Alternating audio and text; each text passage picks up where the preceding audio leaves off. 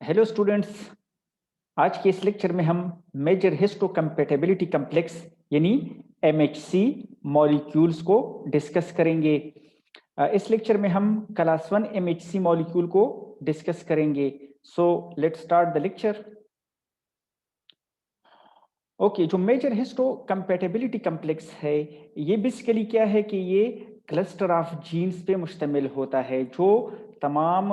Mammals में पाए जाते हैं ये एमएचसी मॉलिक्यूल्स। और इनका जो बेसिक रोल होता है एमएचसी मॉलिक्यूल का वो किस में होता है कि ये रिकॉग्निशन करते हैं या डिफरेंशिएशन करते हैं या डिस्क्रिमिनेशन करते हैं between self and non self antigen, यानी जो हमारे अपनी बॉडी के सेल्स हैं या जो फॉरेन एंटीजेंस हमारे बॉडी में आते हैं पैथोजेंस की शक्ल में, या इवन जो ट्यूमर सेल्स हैं, वायरली इन्फेक्टेड सेल्स हैं, तो ये नॉर्मल सेल्स और जो इन्फेक्टेड सेल्स या ट्यूमर सेल्स हैं या फॉरेन एंटीजेंस हैं, तो ये मिटसी क्लास 1 मॉलिक्यूल क्या करते हैं, इनमें डिस्क्रिमिनेट या डिफरेंशिएशन करते हैं। और इसके अलावा जो हैं ये एमएचसी मॉलिक्यूल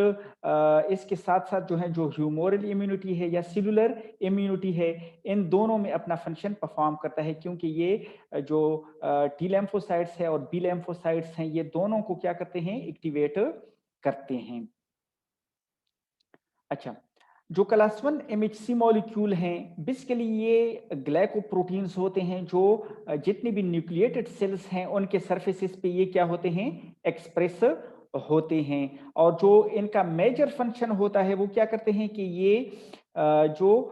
एंटीजेंस होते हैं या पेप्टाइड्स होती हैं वो क्या करते हैं, वो जो साइटोटॉक्सिक टी सेल्स हैं उनको क्या करते हैं, ये प्रेजेंट करते हैं। ठीक है, यानी प्रोसेस करके फिर उनको जो है सेल्स के सरफेसेस पे क्या करते हैं, एक्सपोज करते हैं। और बेसिकली जो है क्लास 1 एमएचसी मॉलिक्यूल को जो है साइटोटॉक्सिक टी सेल्स या CD8 प्लस सेल्स जो हैं टी सेल्स उनको रिकॉग्नाइज करते हैं। अच्छा, ह्यूमन बीइंग्स में जो एमएचसी मॉलिक्यूल्स हैं ये क्रोमोसोम नंबर 6 पे लोकेट करते हैं। और फिर फर्दर क्रोमोसोम नंबर 6 पे जो है ये फिर जो शॉर्ट आर्म है क्रोमोसोम का, इनमें जो है एक लॉन्ग आर्म होता है एक शॉर्ट आर्म होता है। तो क्रोमोसोम के जो जो शॉर्ट आर्म है क्रोमोसोम का ये उन पे क्या करते हैं, एमएचसी मॉलिक्यूल जो है ये ह्यूमन बीइंग्स में क्रोमोसोम नंबर 6 के शॉर्ट आर्म पे लोकेट करते हैं, जिसमें ये क्लास 1 क्लास 2 और क्लास 3 एमएचसी मॉलिक्यूल्स को क्या करते हैं, इधर ये कोट करते हैं। ठीक है, इसको जो है कहते हैं हिला। हिला मीन्स ह्यूमन ल्यूकोसाइट एंटीजन, यानी ह्यूमन बीइंग्स में जो है फिर एमएचसी मॉलिक्यूल को हम क्या कहते हैं, हिला complex means human leukocyte antigen complex भी इनको कहते हैं। और माइस में ये जो एमएचसी मॉलिक्यूल हैं ये क्रोमोसोम नंबर 17 पे लोकेट करते हैं और इनको क्या कहते हैं, H2 कॉम्प्लेक्स माइस में इनको कहते हैं। अच्छा, इसमें जो है जो एमएचसी मॉलिक्यूल हैं उनकी जो है इनसाइड द सेल यानी एंडोजिनस जो है उनकी किस तरह सिंथेसिस होती है सेल के अंदर, और फिर फर्दर जो है सेल के अंदर वो जो ये पेप्टाइड एंटीजेंस हैं या एपिटोप्स हैं वो इनके सरफेस पे किस तरह अटैच होते हैं, तो ये प्रोसेस जो है ये सेल के अंदर होता है। इसमें बेसिकली होता क्या है कि फॉर एग्जांपल अगर कोई वायरस जो है वो सेल में एंटर होता है तो फिर क्या होता है कि उस पैथोजन के जो प्रोटीन्स हैं उनको जो है सेल में फिर जो है वो प्रोटियोसोम होता है, एक प्रोटीन कॉम्प्लेक्स होता है जिसमें क्या होते हैं, वो फिर डाइजेस्टिव एंजाइम्स होती हैं। तो ये जो है फिर क्या करते हैं प्रोटियोसोम, उन प्रोटीन एंटीजेंस को जो है ये डाइजेस्ट करते हैं और उनको शॉर्ट पेप्टाइड की फॉर्म में कन्वर्ट करते हैं। अब ये शॉर्ट पेप्टाइड जो हैं ये फिर इधर से ट्रांसपोर्ट होते हैं इनटू एंडोप्लाज्मिक रेटिकुलम। तो एंडोप्लाज्मिक रेटिकुलम में फिर फर्दर जो है इधर क्लास 1 एमएचसी मॉलिक्यूल्स की भी सिंथेसिस होती है। तो इधर जो है इसके सरफेस पे क्लास 1 एमएचसी मॉलिक्यूल के सरफेस पे क्या होता है, ये पेप्टाइड एंटीजेंस जो है वो बाइंड हो जाते हैं और इधर से जो है फिर इन एमएचसी मॉलिक्यूल की जो है वो फिर क्या होती है, सिक्रीशन होती है और ये जाके फिर इंसर्ट करते हैं ऑन द प्लाज्मा मेम्ब्रेन, यानी ये फिर फर्दर जाते हैं और प्लाज्मा मेम्ब्रेन पे क्या कर देते हैं, ये एमएचसी मॉलिक्यूल जो है वो प्रेजेंट होते हैं और इसमें जो है फिर फर्दर ये जो पेप्टाइड एंटीजेंस हैं ये भी फिर प्रेजेंट होते हैं, जो फिर फर्दर बाहर से जो इम्यून से जो टी लैम्फोसाइट्स हैं, जिस तरह CD8 टी लैम्फोसाइट्स जो हैं वो फिर आके इनको क्या करते हैं, रिकॉग्नाइज करते हैं। अच्छा,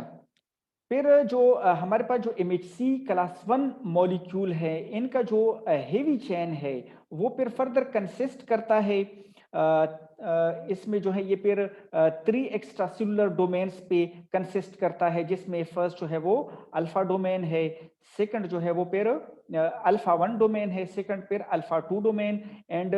थर्ड जो है फिर अल्फा 3 डोमेन होता है। इसके अलावा जो है ये फिर इनका क्या होता है, ट्रांस मेम्ब्रेन डोमेन, ये जो है क्लास 1 एमएचसी मॉलिक्यूल का जो है ये क्या होता है, ट्रांस मेम्ब्रेन डोमेन, यानी मेम्ब्रेन के जो है अंदर ये मौजूद होता है, उससे पास होता है मेम्ब्रेन के अंदर से, तो इस वजह से इसको क्या कहते हैं, ट्रांस मेम्ब्रेन डोमेन। और जो लास्ट वन है उनको कहते हैं साइटोप्लाज्मिक डोमेन, यानी ये फिर सेल मेम्ब्रेन से अंदर की तरफ इंसर्ट कर जाता है और साइटोप्लाज्म में मौजूद होता है, तो इसको साइटोप्लाज्मिक डोमेन कहते हैं। इसके अलावा जो है इस MHC1 जो ये अल्फा जो डोमेन्स हैं, इनके साथ फिर एक बीटा 2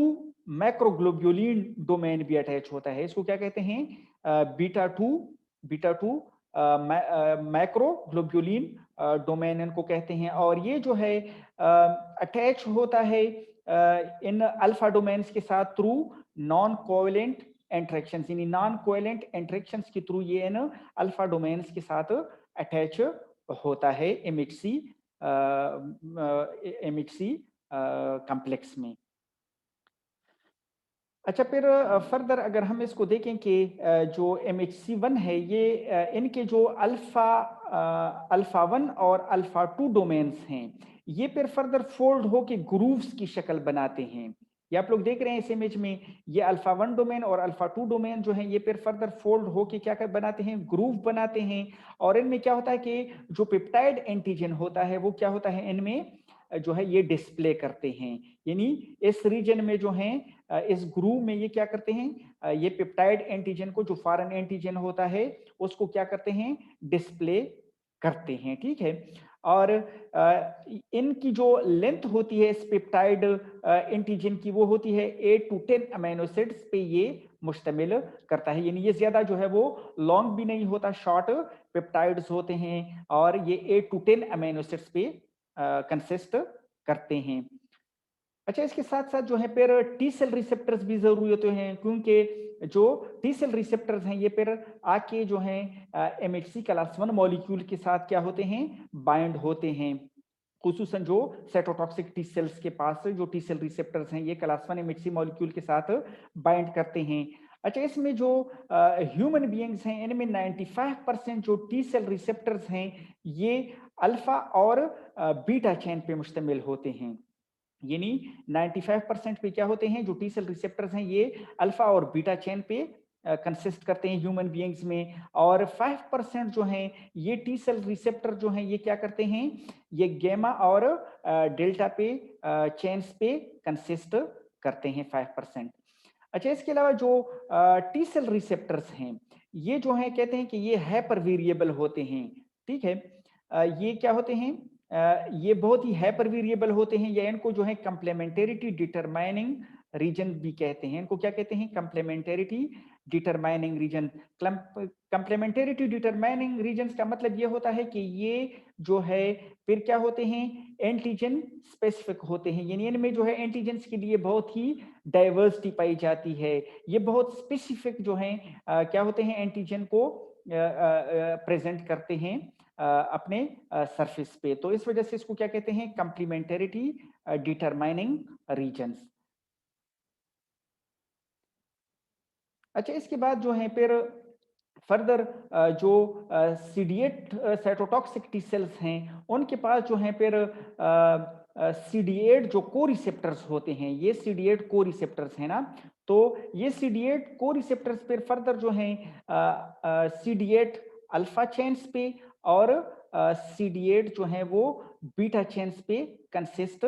करते हैं, यानी ये दो चेन्स इनके पास होती हैं ये को रिसेप्टर्स के, इसको क्या कहते हैं CD8 अल्फा और CD8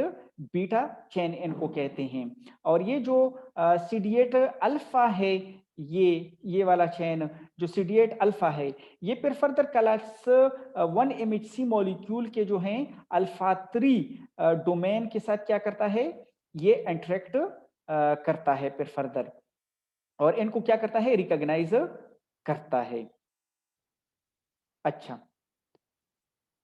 अच्छा, इसके अलावा जो है फिर फर्दर जो CD8 को रिसेप्टर्स हैं, इनका फंक्शन क्या होता है CD8 को रिसेप्टर्स का, इनका फंक्शन ये होता है कि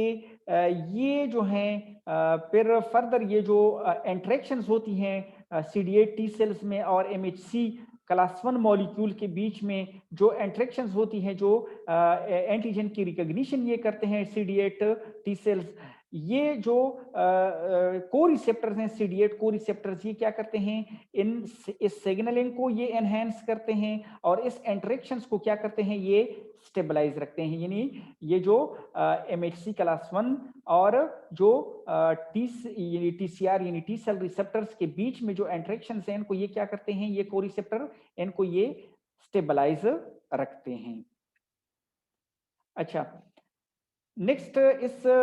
जो है डायग्राम में ये दिखाया गया है कि जो CD8 T cell plus T cells हैं, ये जो हैं जब क्लास 1 MHC मॉलिक्यूल्स के साथ क्या करते हैं, इंटरेक्ट करते हैं, तो ये क्या काज करते हैं, सेल डेथ काज करते हैं। तो सेल डेथ किस तरह काज करते हैं कि फॉर एग्जांपल ये जब इनके साथ इंटरेक्ट करते हैं तो ये परफोरेंस जो साइटोटॉक्सिक टी सेल्स हैं, ये जो हैं फिर साइटोकाइन्स रिलीज करते हैं, जिसमें परफोरेंस हैं या ग्रेन्जाइम्स हैं, ग्रेन्जाइम्स जो हैं ये भी सीरीन प्रोटीएजेस होती हैं जो एपोप्टोसिस को क्या करते हैं, एनहांस करते हैं। तो ये परफोरेंस आके जो है फिर क्या करते हैं, जो इन्फेक्टेड सेल्स हैं, ट्यूमर सेल्स हैं या वायरली इन्फेक्टेड सेल्स हैं, उनमें ये क्या करते हैं, पोर फॉर्मेशन करते हैं, ठीक है, और इस तरह जो है सेल की ये क्या करते हैं, डेथ काज कर देते हैं। और इसके अलावा जो है इंटरनली भी ये क्या करते हैं, सेल में एपोप्टोटिक पाथवेज को क्या करते हैं, स्टार्ट करते हैं, तो इस तरह जो है ये सेल की डेथ काज कर देते हैं। Okay student, thank you so much. इस क्लास 1 MHC मॉलिक्यूल्स के रिगार्डिंग कोई क्वेरीज, कोई क्वेश्चंस हैं तो आप लोग कमेंट सेक्शन में पूछ सकते हैं। Okay, thank you so much, take care.